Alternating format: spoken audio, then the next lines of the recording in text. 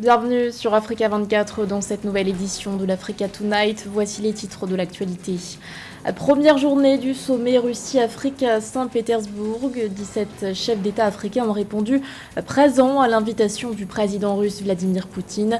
Parmi eux, le président camerounais Paul Biya qui est accompagné d'une délégation. Le président nigérien Mohamed Bazoum renversé, des militaires réunis au sein du Conseil national pour la sauvegarde de la patrie ont annoncé avoir mis fin au régime du chef de l'État. Un acte motivé entre autres par la dégradation de la situation sécuritaire. Et puis quelle solution face au phénomène de la fuite des cerveaux au Cameroun? Pour y répondre, l'ingénieur Anselme Penkia a fondé un établissement pour offrir aux jeunes de nouvelles opportunités d'emploi dans le numérique. Les détails à suivre dans ce journal. Il a répondu présent à l'invitation du président russe Vladimir Poutine. Le chef de l'État camerounais Paul Biya participe depuis ce 27 juillet aux travaux du deuxième sommet Russie-Afrique à Saint-Pétersbourg. Un rendez-vous placé sous le thème pour la paix, la sécurité et le développement. Le chef de l'État est accompagné d'une délégation constituée de plusieurs ministres. Une participation qui démontre l'intérêt porté à la coopération bilatérale avec la Russie. Nous retrouvons sur place notre correspondant Fraterna Keisek. Le deuxième sommet Russie-Afrique qui s'est ouvert ce 27 juillet 2023 à Saint-Pétersbourg accueille une vingtaine de chefs d'État, dont le président Paul Biya du Cameroun qui a quitté son pays dans la soirée du 26 juillet pour Saint-Pétersbourg. La Fédération de la Russie a été reconnue en juillet 1992 par le Cameroun, alors que le pays d'Afrique centrale et l'ex-URSS entretenaient des relations diplomatiques depuis février 1964. Le dernier accord en date entre le Cameroun et la Russie a été signé à Moscou le 12 avril 2022 et concerne le volet de la défense. Un accord signé en plein conflit russo-ukrainien et qui répond aux principes de politique étrangère du Cameroun, basé sur la non-ingérence dans les affaires internes des États et le non-alignement. Selon les autorités camerounaises, la coopération entre le Cameroun et la Russie relève essentiellement des domaines militaires, de l'assistance humanitaire et le volet commercial et économique reste très peu développé. Ainsi, la participation d'une délégation camerounaise avec la présence de 8 ministres dans des domaines stratégiques comme le commerce, l'économie, la défense ou encore les travaux publics au deuxième sommet Russie-Afrique de Saint-Pétersbourg constitue une opportunité pour finaliser les démarches entreprises afin d'attirer des investissements russes dans ce pays d'Afrique centrale et accroître le volume des échanges avec le partenaire russe.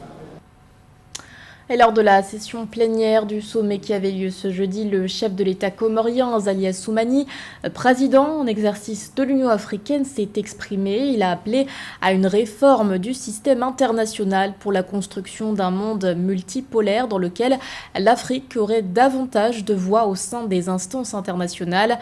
Fidèle au principe de la promotion de la paix et de la sécurité, le président Azali Assoumani a également appelé à une résolution pacifique du conflit en Ukraine. Écoutons-le. Nous pensons collectivement, nous les Africains, que le monde d'aujourd'hui ne peut se passer d'une réforme en profondeur du système international et concrètement de l'Organisation des Nations Unies. L'Afrique d'aujourd'hui et de demain a le droit d'obtenir sa participation au système de décision collectif et d'accéder au Conseil de sécurité en tant que membre permanent. Ce fut le combat de mes prédécesseurs, et c'est aujourd'hui le mien, et ce sera, soyez-en sûrs, celui de mon successeur le jour venu. Et je me réjouis qu'il y ait sur ce sujet un point de vue commun entre notre continent et la Fédération de Russie, que j'appelle à applaudir, et j'exprime le vœu que les autorités russes continueront de se faire l'avocat de cette juste cause dans les enceintes internationales. L'Afrique mène aussi le même plaidoyer s'agissant de son adhésion comme membre à part entière au sein du G20, car pour plus d'équité et de justice, elle ne peut pas être écartée des instances décisionnelles mondiales. L'épidémie de coups d'État s'étend en Afrique de l'Ouest. Le Niger rejoint la liste après le Mali, le Burkina Faso et la Guinée. Dans la nuit du 26 au 27 juillet, les militaires ont annoncé à la télévision nationale avoir renversé le président Mohamed Bazoum, qui serait toujours détenu par la garde présidentielle. Le chef de l'État qui rejette ce coup d'État a affirmé sur les réseaux sociaux que, je cite, « les acquis obtenus de haute lutte seront sauvegardés ». Philoméntine.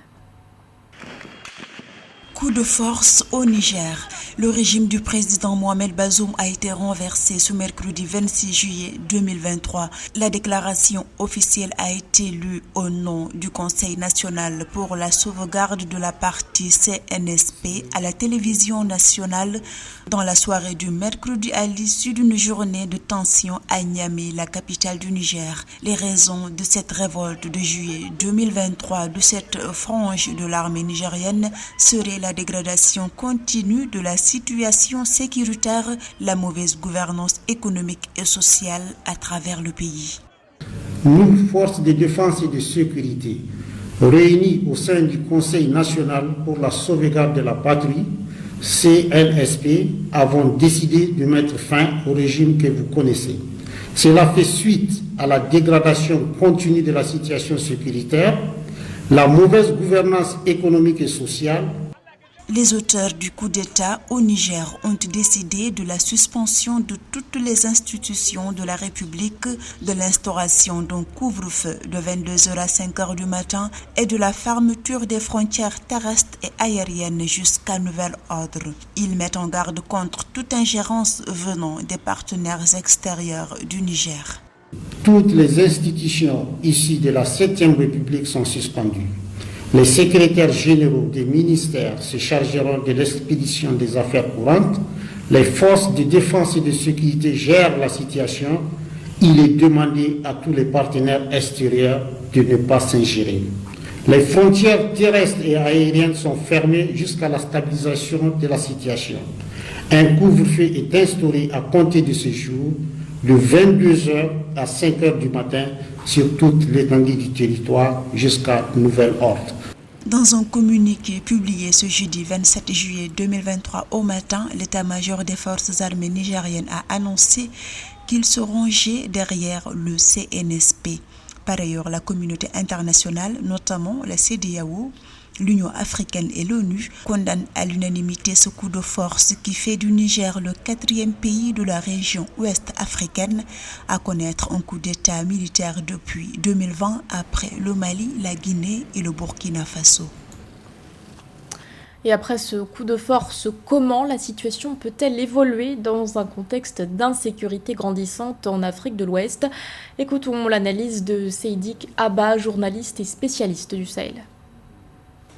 Maintenant, cette situation peut avoir un impact négatif ou positif sur la lutte contre le terrorisme dans le Sahel. D'abord, je pense que les militaires ont vite intérêt à trouver un agenda politique, un calendrier pour s'occuper de leur vraie mission qui est celle de lutter contre le terrorisme.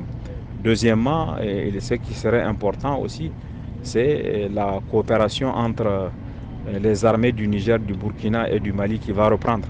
Parce que jusqu'ici, la coopération a été suspendue et il n'y a pas de coordination entre les différents pays et les terroristes ont pu profiter de cette situation. Voilà, avec le Niger qui est le 3e pays à connaître un coup d'État de la zone du Sahel, c'est clair qu'une forme d'instabilité politique est en train de s'installer dans cette région, ce qui est un vrai défi parce que si l'instabilité politique s'associe à l'instabilité au défi sécuritaire, ça peut créer les conditions d'une déstabilisation de toute la sous-région Afrique de l'Ouest, puisqu'on sait que déjà il y a un agenda de groupes terroristes de porter la menace djihadiste du Sahel vers les pays du Golfe de Guinée. Et alors que les yeux sont rivés sur la situation politique au Niger, au Burkina Faso voisin, le chef d'état-major général des armées a démenti des rumeurs qui ont largement circulé sur les réseaux sociaux. Rumeurs qui font état de mouvements d'humeur au sein de certaines casernes militaires. Face à ces informations erronées, les autorités appellent les citoyens à faire preuve de prudence. Elles leur demandent de rester Vigilant face, je cite, aux tentatives de démoralisation orchestrées par des individus aux intentions malveillantes. Cette information intervient alors que le président de transition Ibrahim Traoré est actuellement en déplacement à Saint-Pétersbourg à l'occasion du second sommet Russie-Afrique. D'ici 2050, le nombre d'immigrés originaires d'Afrique subsaharienne dans les pays de l'OCDE pourrait s'établir à 34 millions. C'est ce qu'indiquait un rapport du Fonds monétaire international paru en 2016. Pour limiter cette fuite des cerveaux au Cameroun, l'ingénieur Anselme Penkia a fondé un établissement pour former les jeunes aux nouvelles technologies. Reportage de notre correspondant Séverin Doku.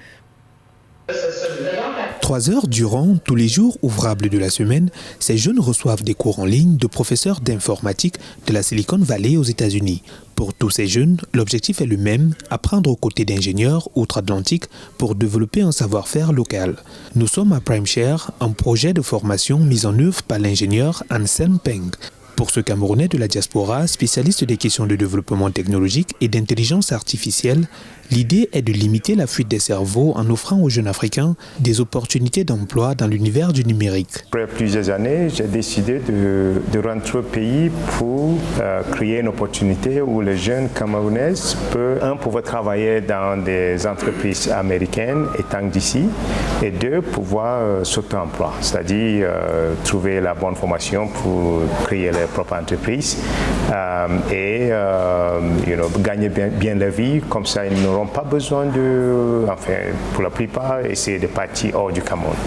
Cédric Akiombeni est un jeune Camerounais qui a bénéficié de cette formation. Aujourd'hui nanti d'une expertise informatique en matière d'installation solaire, il travaille comme assistant à l'installation à distance de dispositifs et appareillages au solaire pour une firme américaine tout en poursuivant ses études.